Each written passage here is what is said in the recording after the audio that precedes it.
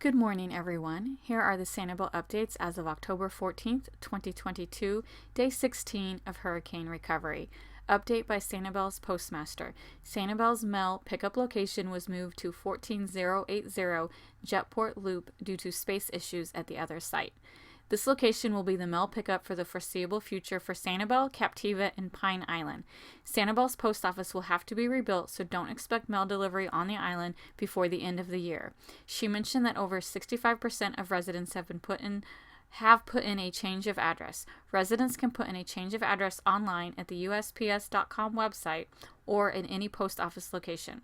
The hours of JetLoop are 9 a.m. to 4 p.m. Monday through Saturday. The Saturday hours will be shortened to 1 p.m. when demand goes down. Just a reminder, your voting mail-in ballots are not forwardable. There are a lot of mail-in ballots sitting at the Jetport location to be picked up. If you can't get there to pick up your mail-in ballots, remember the election officials said an individual can request a new mail-in ballot to be mailed to a new address. You just have to prove who you are online, which I think it just requires either submitting your social security number or your driver's license number. The 50 police officers that the police chief put in a request for earlier this week have started arriving today. He also put in a new request for Marine Patrol in Sanibel's canals. The fire department had to airlift one resident off the island today for a work-related injury. No other incidences for the day have been reported. The other main issue discussed at Sanibel's information session was traffic congestion.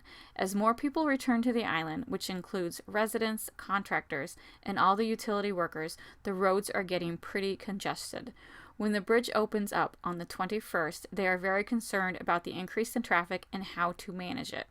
They are working internally to make that day go as smoothly as possible. They are taking advice from DOT, they are taking advice from how Fort Myers Beach handled their bridge reopening, and listening to all the emergency departments. This was more like an FYI from the city manager so that the residents know that the city is listening to their concerns. I mentioned earlier that a propane tank will be coming to the island for residents who have permanent generators. Clarification on that issue. Due to limited access to the island, the city is only allowing one propane company to come on the island, and that company is Blossman. If you are currently using that propane company, if you're not currently using that propane company, Blossman will set you up a new account easily. They just need your name, number, and size of propane tank. Their phone number is 239-244-1529. Blossom is the company the city already uses and has been fairly vetted. Before anyone complains of unfairness to the other propane companies, it really boils down to a matter of logistics, barge access, etc.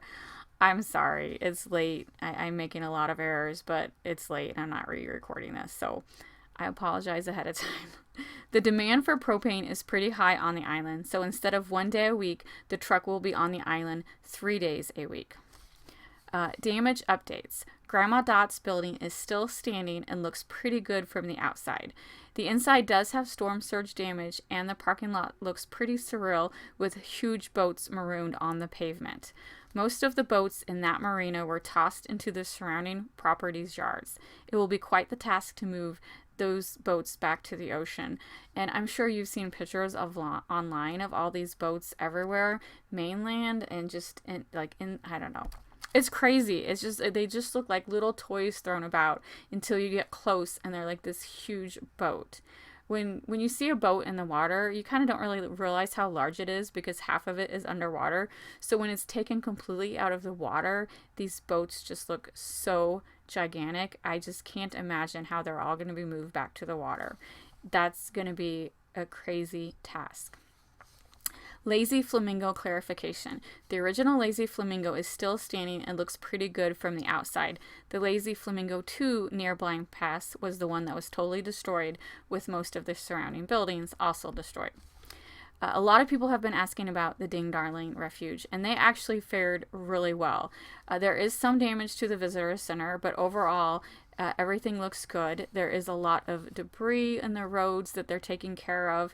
They have biologists out analyzing the water. All the animals are doing good. I mean, Tons of birds have been spotted. Manatees have been spotted in the bay. So it looks like wildlife, they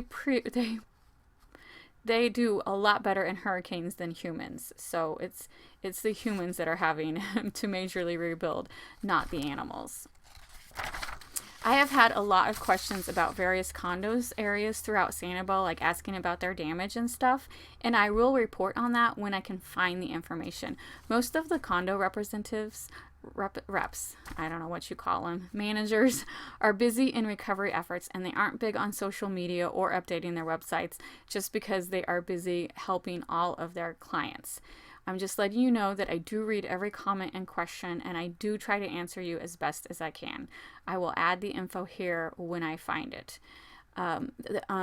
Also, the city of Sanibel is changing their daily briefings to Monday, Wednesday, and Friday starting next week. I will still have my daily briefing because I gather the news for this update from various sources. As long as there is news to report, I will keep up these Sanibel Island updates. Thanks for listening.